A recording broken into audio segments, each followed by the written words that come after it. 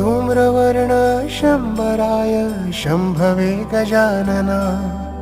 अच्युताय अमृताय सिद्धये गजानना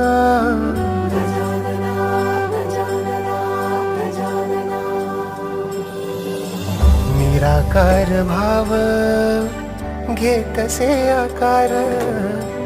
किती तुझी रूपे अनंत अपार जडलेला जीव सगुण साकार तुझ्या ठाई वसे आदिम ओंकार